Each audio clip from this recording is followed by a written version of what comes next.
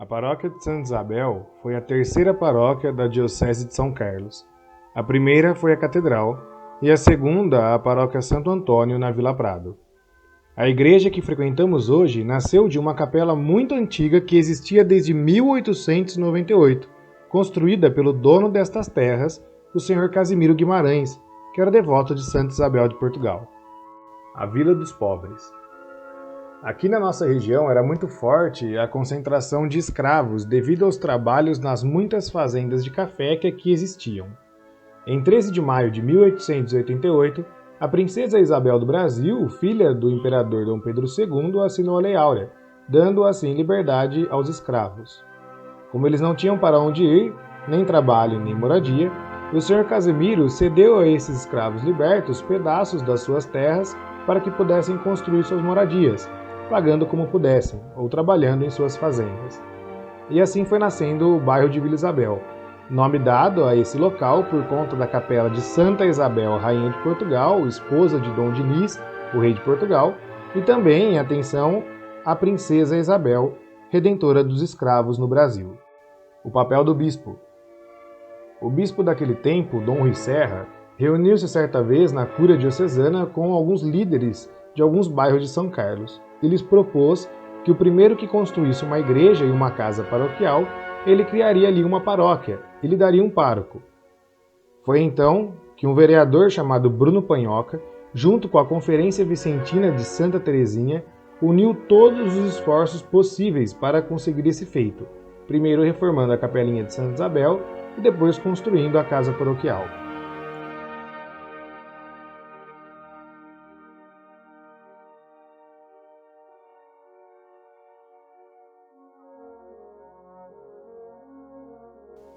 O primeiro pároco. A grande dificuldade ainda estava por vir. O bairro de Vila Isabel era naquele tempo o bairro mais pobre de São Carlos, conhecido como a Vila do Deus me livre.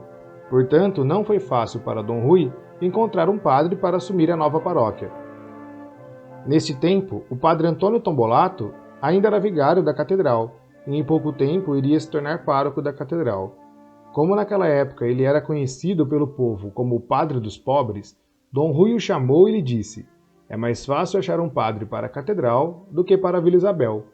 Assim sendo, a pedido de seu bispo, Padre Antônio Tombolato se tornou então o primeiro pároco da paróquia de Santa Isabel.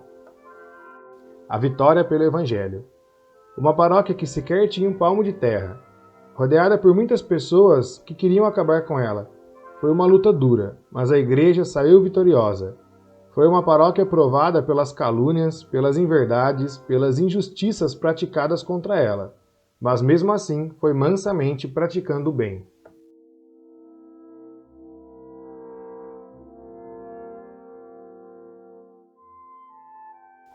Expansão e obras. Com a graça de Deus e com a fé do povo simples, tendo sempre fé na divina providência, a paróquia de Santa Isabel se tornou um modelo de paróquia pelo que começou e pelo que se tornou hoje, tendo dela saído a paróquia de São Miguel Arcanjo, a capela de Santa Teresinha do Menino Jesus, a capela de Santo Antônio no Monte Alto e também demais capelas rurais, além de todas as festividades do santuário de Nossa Senhora Aparecida de Babilônia, também toda a estrutura, salão, asfalto, pois quando a paróquia assumiu a sua jurisdição há mais de 50 anos, nem sequer tinha água encanada e banheiro para os peregrinos que visitavam o santuário.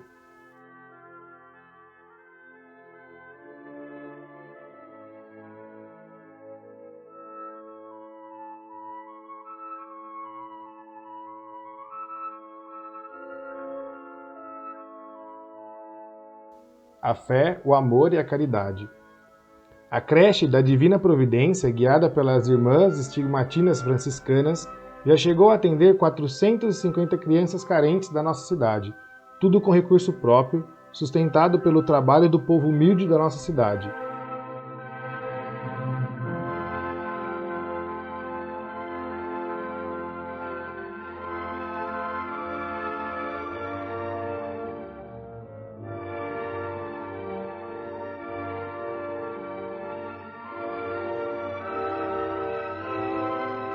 As vocações. Nesses 60 anos de criação, a paróquia de Santa Isabel deu à igreja como frutos de novas vocações um bispo e 7 padres.